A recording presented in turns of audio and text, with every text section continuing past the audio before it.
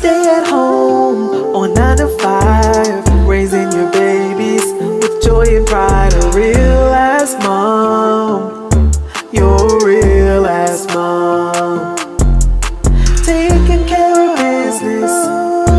Ooh, girl, you're resilient, 'cause you're a real ass mom, a real ass mom. Welcome to the Real Mama Pod. Real ass moms sharing real ass experiences. The things people don't tell you. Hey, Mama. Hey. Hey, Mama. What's up, friend? Nothing but the wind. No, I'm joking. I was trying to rhyme. The wind? No. Okay. I'm not even about to try to dissect that. Okay, Nope. I was Not just doing trying it. to be Not a doing rapper, turn singer. No. We said we were going to leave that in Okay. 2022. Okay. All right. I'm sorry. We're not bringing that into 2023. Okay. All right. How you doing? I'm doing well. Yeah, just well. I'm doing Auntie good. Ken. Yeah, I am auntie. Yeah, rich auntie. I am a rich I see the auntie. merch. I'm a mama and I'm a rich auntie. Yes, I love it. So we have a guest today, y'all, Al, and she's wearing mama merch too. Yes. Okay, I love it. Yes. Looks so good in your mama sweatshirt. We appreciate that for sure. Absolutely. So Shinia Wade. Wow. So Shinia is one of my friends. We met through being Army spouses back in Fort Irwin. The desert. Literally. But Shinia ended up being Drew's first teacher. Okay, So she owned her own in-home daycare, which I absolutely loved. And she set the foundation for Drew. So Drew's as smart as he is because of Shinia. Like, she used to have curriculum for him. We used to have parent-teacher conferences. Like, it was no joke. She did not play with her kids. Come on, Shinia. Anyway, Shinia is a supporter of the Real Mama Pod. Yes. And Shinia has her own journey to mamahood, right? Yes, she does. I was like, girl, we need to get Let's you talk on. about it. Let's talk about it. Let's do it. And her journey is so beautiful, and I feel like it will help others. So I was like, let's get you on, girl. And here she is. Look at me, all nervous. Don't be nervous. We chill around here. Well, I'm just talking to Debbie. Pod. And Kendra, just friends, communicating. Here we go. So me, my journey to motherhood was, it's pretty common now in today's time. I was a teen mom. A lot of negative connotation comes around the word being a teen mom, and I felt it. I felt it with my family, my friends, my teacher, everybody. Everybody gave me like the "you ruin your life" speech, or "oh, grandma, I'm having a baby," hang up in your face. Like the people who they would support you. So my journey to motherhood was like very crazy. So I got pregnant at 15 in high school, of course, with a guy who's no longer there at all. And a lot of people don't know that because my husband, we have been together for 9 years, the whole journey of my oldest son, AJ's life. And we've been married for 6. So like, that's a big accomplishment in this whole being a teen mom process, I guess, journey. And it's just been wanting more for my son when I only had one than I had as a child. That kept me going. You know what I mean? So just going hard. And like Devin said, it just made me great for the little kids. Yes. So you mentioned that you were a teen mama. What was your reaction to that? Like when you found out that you were pregnant, how did you respond to that? How did your family respond to that? What did that experience look like for you? I cried. I felt like I ruined my life. I felt like I upset a lot of people who were like going to bat for me. I actually had a teacher who got me a scholarship to the University of Hawaii when I was in the 10th grade. And I love her for that. And I'm still in contact with her. And it was just like, how do I tell her that I can't do that anymore? Because I felt like, how can I be a single mom in college? And at the time I wanted to be a doctor. And so I was like hitting the books hard. And it was just like, my life blew up. One little thing. And in my experience, it was just one time protected sex, and I'm pregnant. I was asleep. I was like, something's wrong with me.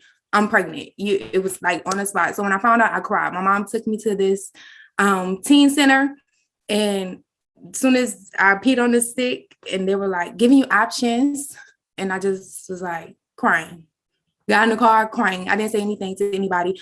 My mom called the guy and told him, and he was like calling my phone. And I just cried. Like, I really felt like I ruined my life.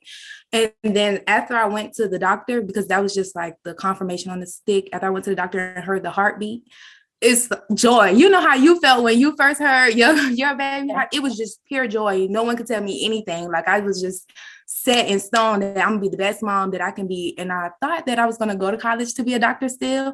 I still stayed on track, still applied to different colleges in state so that my mom could hopefully support me, but it didn't work out that way. But I found that I care for kids, like Devin says, younger kids, the kids who really don't have a voice. They kind of get left out in the educational system because it's like, oh, we dump them off to a daycare, or my mom keeps them, my grandma keep them. They need more. They deserve more. I'll say that. So is that what keeps you going? Yes, I love kids. I'm sorry. I know it's about me and my journey, but we're going to talk about kids. I promise. No. So you mentioned that, young children, it's like they essentially inspired you to keep moving. And you had young kids, and you, from my understanding, you still have young children, right? Mm-hmm. So is it safe to say is that spirit of young children and having young children of your own is what keeps you going? Yes, I would say being around young children, my young children, I actually want more young children. So wait, of your own? Of my own, yes. Okay, not this February, but next February.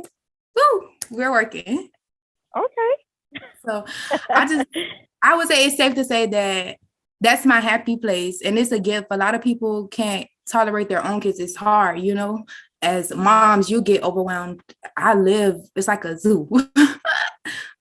A very creative, controlled zoo. Creative control. I love it. You are a great mom.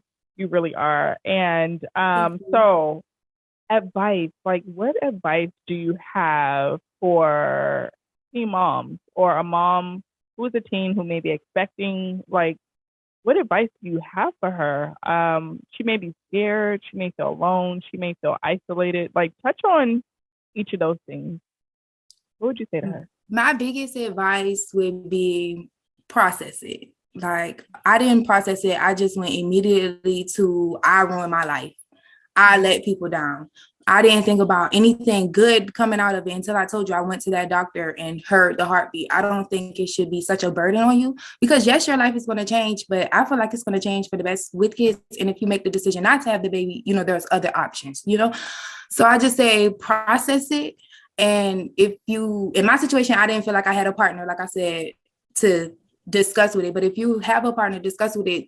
Research how kids develop, research what kids need, research how you could be a better parent and learn from the mistakes. I wouldn't even say the mistakes because as a parent, you're still learning how to parent. So Learn from your experience as a child that you do remember to be a better parent for your child, I would say. The biggest thing, the first thing I would do is process it, then hit research, learn all about it. People, especially when I was a teen, everybody told me what to do for my baby. Give him rice, give him cereal in a bottle. It'll make him go to sleep. You should give your baby a pacifier. Just different things I wanted to do I didn't even breastfeed my first child because where I grew up, it was kind of like, you're breastfeeding?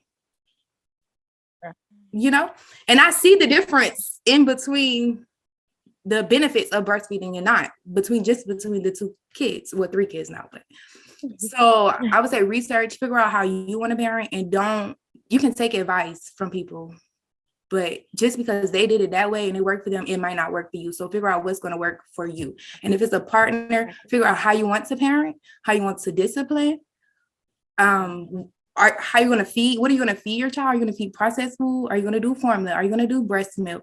I feel like those are things you need to think about in the beginning when you're having a baby, no, don't stress over it. Don't go, oh, do I need to do breast milk? Immediately. Yeah. But I'm saying, like, just process those things what you want to do, because I think once the baby gets here, it'll make it much easier, and it'll be a less stressful experience for the team. Right. And where are you from, Shinia? Georgia. Savannah. Aren't y'all there? We are. Wow. Yeah, so did you receive any like outside resources as a teen mom?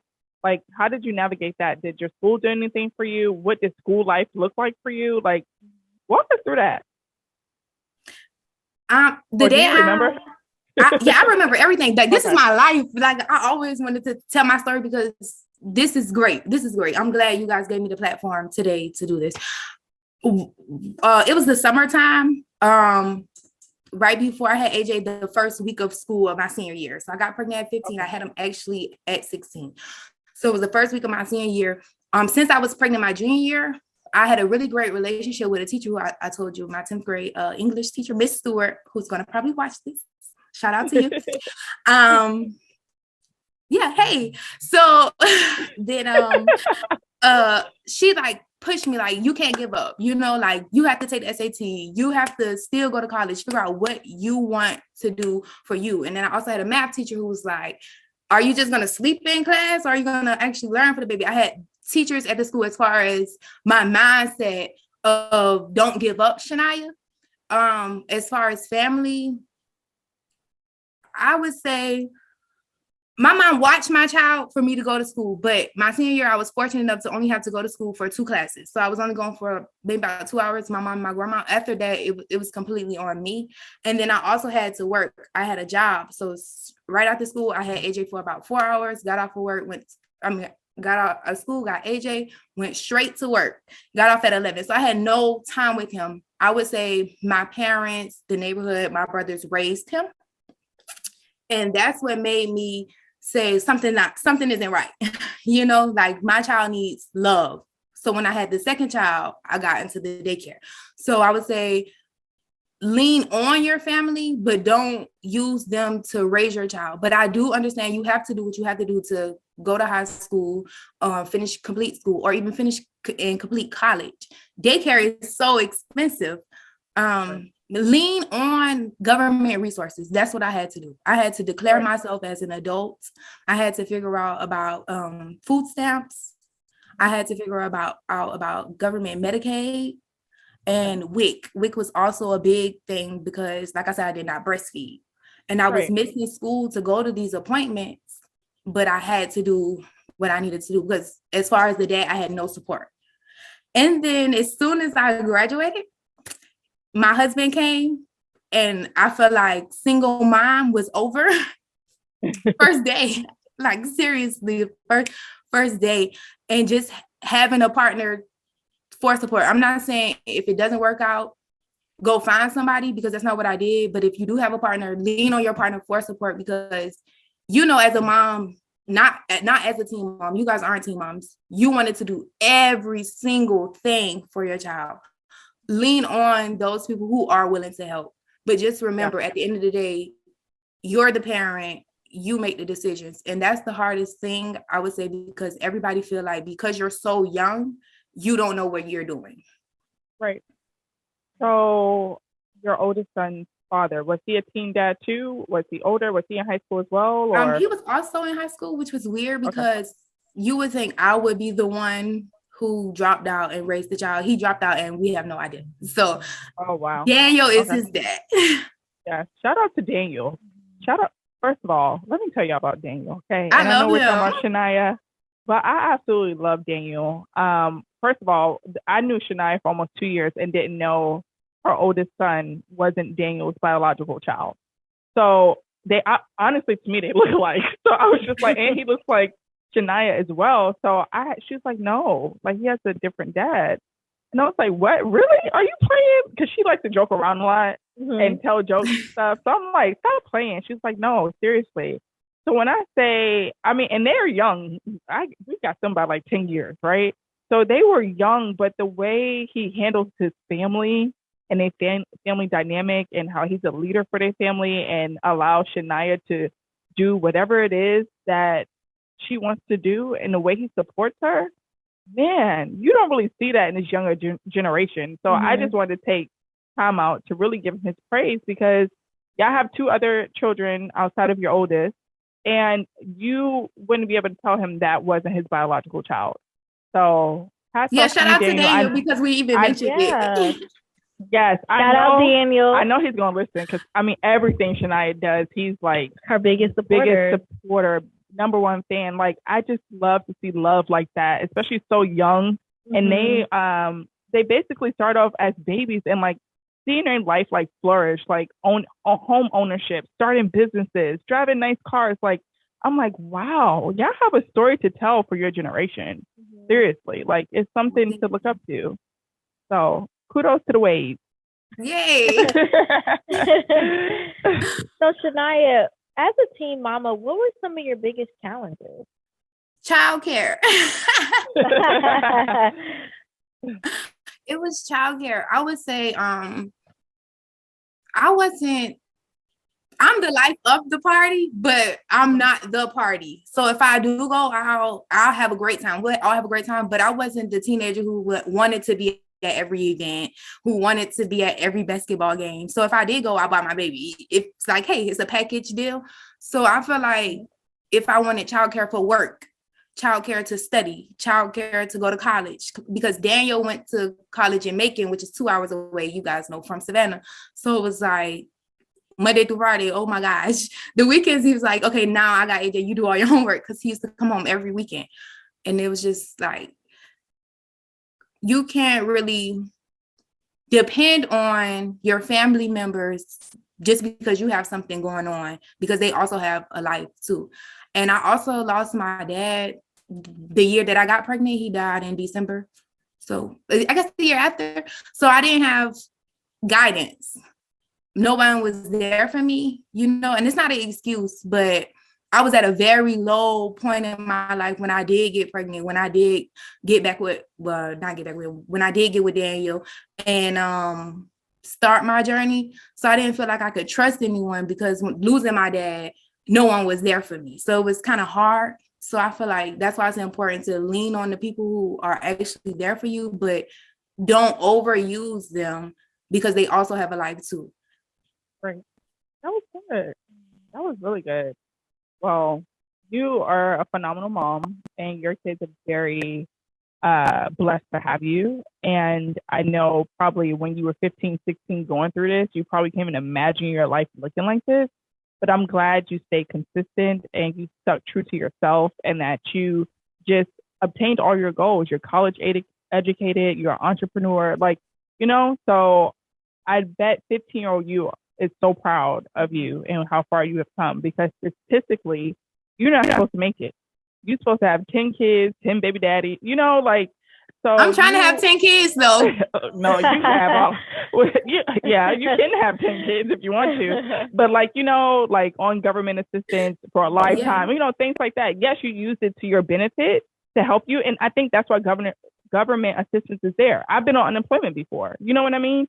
So it's there for us when we need it, but to live your life on it and that's your end all be all, you're not that, right? So. And I will say this because I had a friend, and I hope she's watching this as well and hear this, like my raw, uncut view of my life, because she went through this whole process with me. But when she had her baby, she actually got pregnant by a military guy, and you guys know how military guys are, the single soldiers. And he left her stranded. You know what I mean? Left her out and about with her baby, and she was so.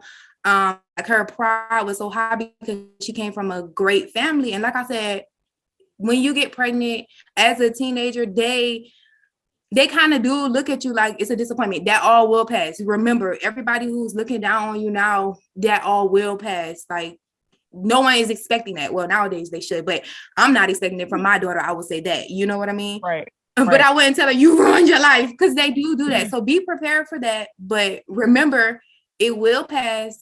And I forgot what I was saying there. It'll come back. We gotta no worries.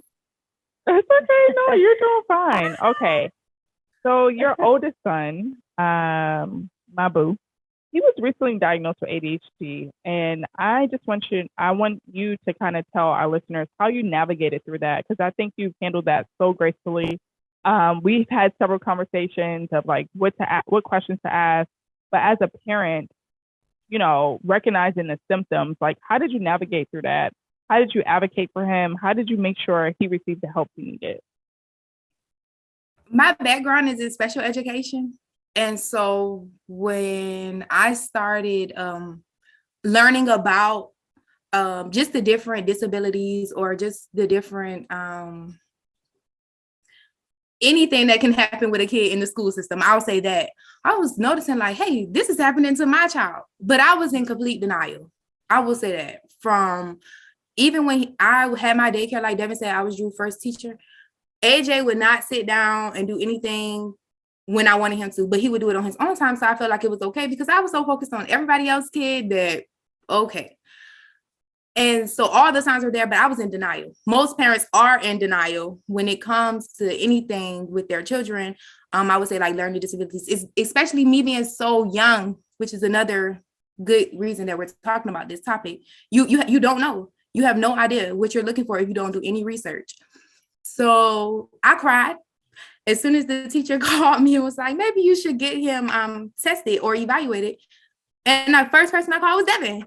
And I cried to Devin on the phone. And I felt like a failure. I felt like, how could I let my child go so long? Because he's in the third grade, he's 9. Well, he's in the 4th grade now, he's 9, but he was in the 3rd grade when it happened, he was 8. And I was confused, even though I had so much knowledge about what was going on with him. And I just felt like I wasn't getting enough. So I called Devin and cried. And I'm like, Devin, what should I do? Devin. And it's good to have friends, networking, which a lot of young people don't rely on at all anymore, to be able to call someone who has a background. I guess Devin has a more deeper background than me when it comes to evaluating these kids. And I love her for that. It takes a lot of patience. So I just felt bad, terrible. And then after speaking to my friend, she was like, calm down. You're okay. Get him evaluated. Do you want me to take a second look? If you need me, I'll be here every step of the way. And I just went back to my textbooks. I went back to online.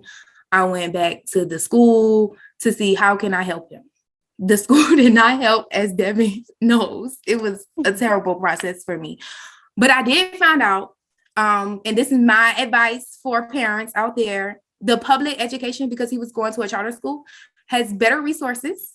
And from my personal experience, if your child has any learning disability or even ADHD or anything, and you suspect something and they're at a private school or anything, and you have the chance and you feel like it wouldn't affect them too bad to pull them, I would pull them from my personal experience.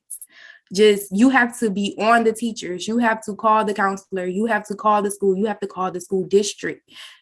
For my son, I had to go to the school every day until I got an answer. But it worked out when I pulled him from the charter school and put him back into the public school. Yeah, it's difficult sometimes because the charter school, although they receive public school funding, sometimes they don't have the special education background when it comes to like special education teachers, school psychologists, therapists, things like that. They may not have that. So if your child really needs resources, sometimes it's better to have them in that public school setting because we have the funding and the resources in that setting. Now, depending on what they have, like this speech and language impairment, sometimes speech and language pathologists will come from the public school setting into the charter school setting and provide services. But if they need something more intensive, more than likely they'll need to be in that public school setting in order to get the proper resources. So it's good information to have. Thanks for sharing that, Shinia.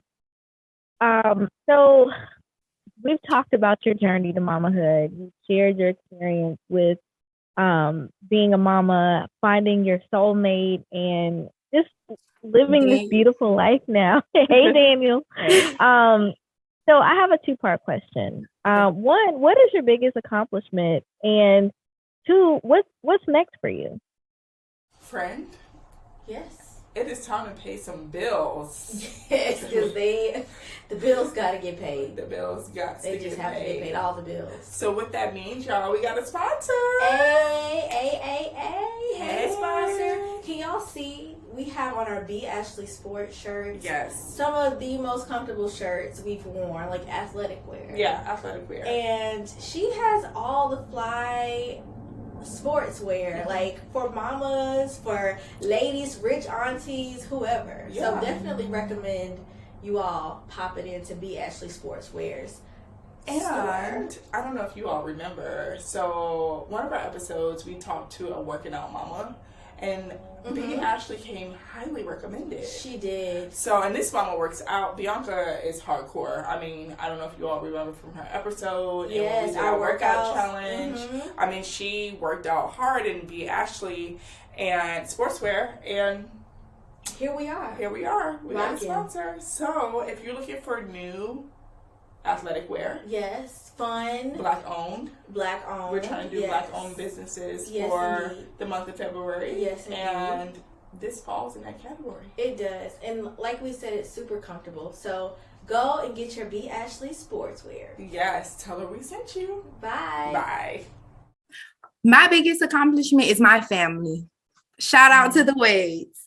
I love my family so much. Like I said, I didn't come from this loving, caring family, the TV family that everybody wants, you know. And I know some people don't have it, but when you meet people who has a strong relationship with their mom or can still speak to their dad, you're like, oh my gosh. So I want to teach my kids that we are what we have. Like, yes, we have extended families, cousins and family, but your brother is your brother. Your sister is your sister. We are family. You have each other no matter what. I can go months without speaking to my brother. That will never be okay in my family, you know? Right. So my biggest accomplishment is the love that we have, the support that we have. Like Devin mentioned, Daniel lets me do anything. I thought I wanted to go into photography. He goes by the camera, starts the business, and then I do nothing. So now he has to do it, you know? So it's just like, the kids, football, kids swimming, gymnastics, anything that we want to do, we go all at it as a family. We all support each other. That's my biggest accomplishment. And shout out to my boys and my little babies. Shout out. There's nothing like family. Yes. There's nothing like And what's next for me? Guys, I'm getting my pilot license. Woo! Oh my God. Your pilot license? Yes. To be a pilot? I love It was that. amazing. wow. I didn't tell anybody, so I'm announcing it here. Yes. Me and Daniel decided to get our pilot license just because it's an experience. Daniel is more on the, safety, being able to get out of here if anything happens, if That's the military background in him. but I'm just like, for the experience, I think it'll be so great to be in the air with my kids and we're in control, 4-hour flight to come home. And Instagram videos Daniel sent me of people flying. Well, kudos to you. That's so That is a huge cool. I accomplishment. love that. Shinia, And that more is cool. daycares. I need a daycare in every state to set the bar of quality childcare. Like, come on, it doesn't have to be expensive to be quality. And I feel like the teachers need to be paid more and the business should make less. I feel like it should be about the kids, not about the money. So be on the lookout for Georgia, but definitely 2023 in Henderson, Nevada. Yes, I love We're going to that. speak it. Yes, that daycare is coming. You're going to be phenomenal. I hope so. It's going to be so lucky to have you. And you two come visit. You're in Vegas, right? Yes, when you're coming.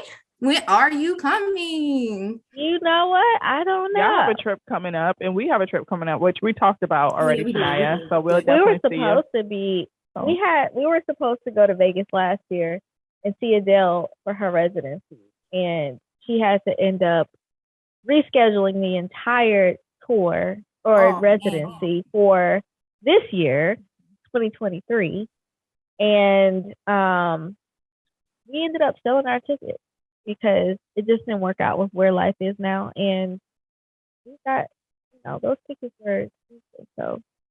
did y'all I make hope money you off of made. them? I know you made more than your money back on the tickets. Everybody Well- was going crazy over Adele. So how it works is you don't get money until the actual concert. show. Okay. Oh, okay. So we won't know until March Oh. what our return, because that's a low key assessment. Right. So I don't know what that return's gonna look like until March. Okay. Well, sending good vibes your way. Yeah, Girl, I'm sending all if the you get a good little thing, vibes to hey, you. They go were ahead and going send- so crazy over those Adele tickets in Vegas. So I'm sending you all the good vibes. Yes, I'm sad that we didn't get to go. Well, But it was a good if y'all investment. do make a little change, send me something. Okay, girl. Don't save it for y'all next girl trip. Don't send it. Listen, you know I'm always here for a trip. Yes, absolutely. So, with all this talk about Shinia, what we drinking on? Oh, What's okay. the mama's juice? So Shinia, you know Devin asked you, what do you like to drink? So here at the Real Mama Pod, we like to curate drinks that speak to our guests. And Devin reached out to Shinia to see what her favorite type of alcohol is. When she drinks, but she don't really whenever drink. she drinks, okay? Whenever she drinks. And she likes Reposado Tequila. Is that correct, Shinia? If it's Reposado, I don't even know what that is. Okay, whatever I see it, yeah, Reposado is actually a good type of tequila. It's either that or mezcal for me. Outside of that, I don't want it. So you can drink that and go to the gym at 5 a.m. That's why it's my favorite. Yes, it's a good tequila. So what your drink has? First of all, it's called Not Your Average Mama, because Shinia is not average. Okay, she's about to be a whole pilot out here. Right. She's opening daycares all across the country. She has real life goals, and she is not your average mom. So we're gonna shout you out for that. And doing this all under 30. Right. So yes, she is not your average mama. So what this drink has is 2 ounces of Reposado Tequila, a half an ounce of Agave, a half an ounce of lime juice, and it's topped with a sparkling grapefruit soda, and it's garnished with fresh rosemary. That's really good. It's good. Like I said, I'm not a tequila fan. Me either. But when I do drink it, I do drink a Reposado or a mezcal, and this is really good. It's really good. And for mamas who don't drink or don't like to drink, or they're pregnant, they can't drink, you can still have this beverage. Just use the 4 ounces of grapefruit soda, the agave, the lime juice, and you can have your fresh rosemary garnish. And I like it. So toast to Shinia not being your average mama. Yes. I like that. I need me a shirt. I need Real Mom Pie, not your average mom. Right, not your average mama. Right. Oh, I love that. Yes. Look, we slowing down on the merch though, because it's a lot trying to do this podcast, put merch, sell merch, so we're gonna slow down the merch a little bit. It's okay. So when we do the next merch, then it's not your average mama. Your average mama. Yes. Love it. Love your energy. So now it's time for Mama's Corner. And Mama's Corner, if this is your first time listening, it's our opportunity to really connect with our guests, our listeners. Typically, our listeners will write in and ask us a question. They can send a mama hack, a mama. They can send mama juice. They can send whatever they want. Mama tail.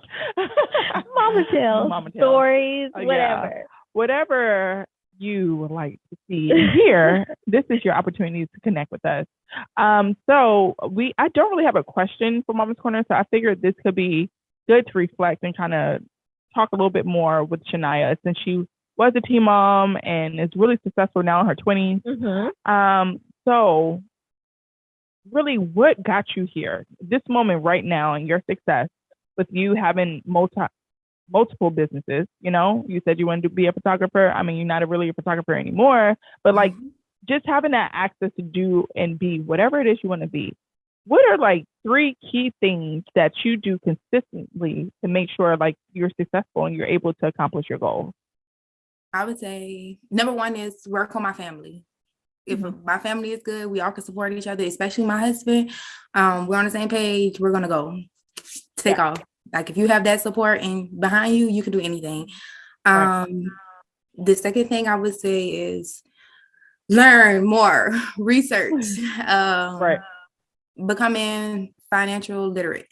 That was something like when we was in the military, we know so much about, I would say. Like maybe dipped our toe in the water. Now I would say we're neck deep. And like Devin says, all the different business ventures and the different moves, like purchasing my house or just different things like that.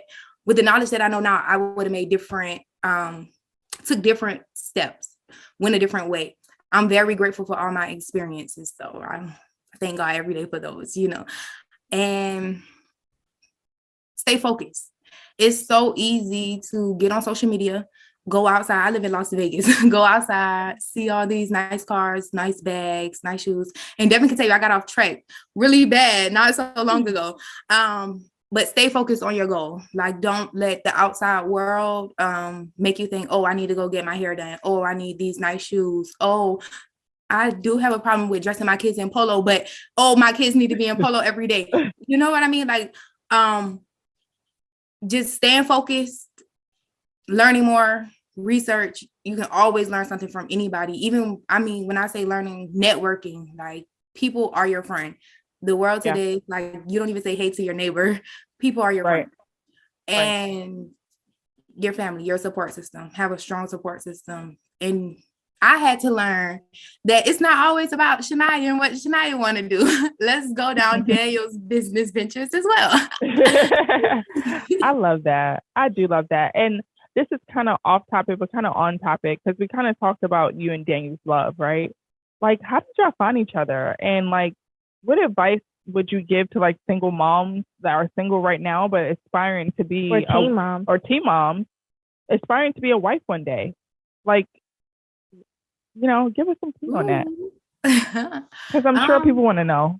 Well, yeah, me and Daniel met actually in high school, but he left our 12th grade year, our senior year. He moved to Virginia with his dad. So that's when I got pregnant with AJ. It was kind of weird. But as soon as he came back after he graduated, he was just there every step of the way. I can't explain it. We just meshed. Always did, always have. I feel like when you met Jared and your partner, you knew you love him. You know what I mean? You know the connection you have. Every relationship has their ups and their downs. Everybody has their struggles and everything. But when you know you love the person, you don't have to force it and you don't have to fake it. And you can be yourself around that person.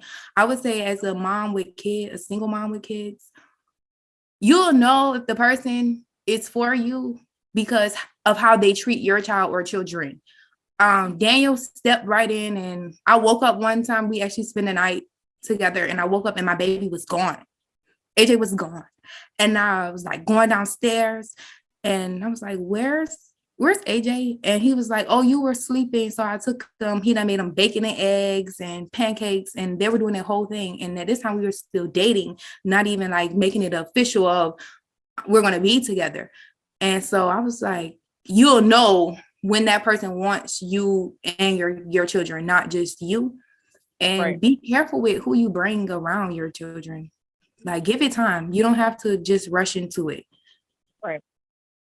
Hey, that was good. That was real good. Thank you so much, Shinia.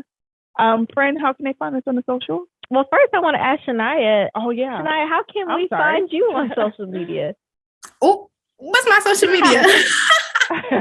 It's okay. We'll put it in the description box. I just type in my name on Facebook, Shinia Wade, SHINIA WADE, and Instagram is the same thing, Shinia Wade, SHINIA WADE. It's only one of me. Thank you, Shinia. And y'all are curious about us. We are at The Real Mama Pod on Instagram, Facebook, TikTok, Twitter, Pinterest, pretty much anywhere where you want to find us. Yeah. We're there. And our handle is at The Real Mama Pod. Personally, I'm at Kendra Ferg _ and Devin is... I'm at Deb Grace _ And if you want to write into Mama's Corner, please do so. I love it. I always read through the emails. You can email us at mama@therealmamapod.com.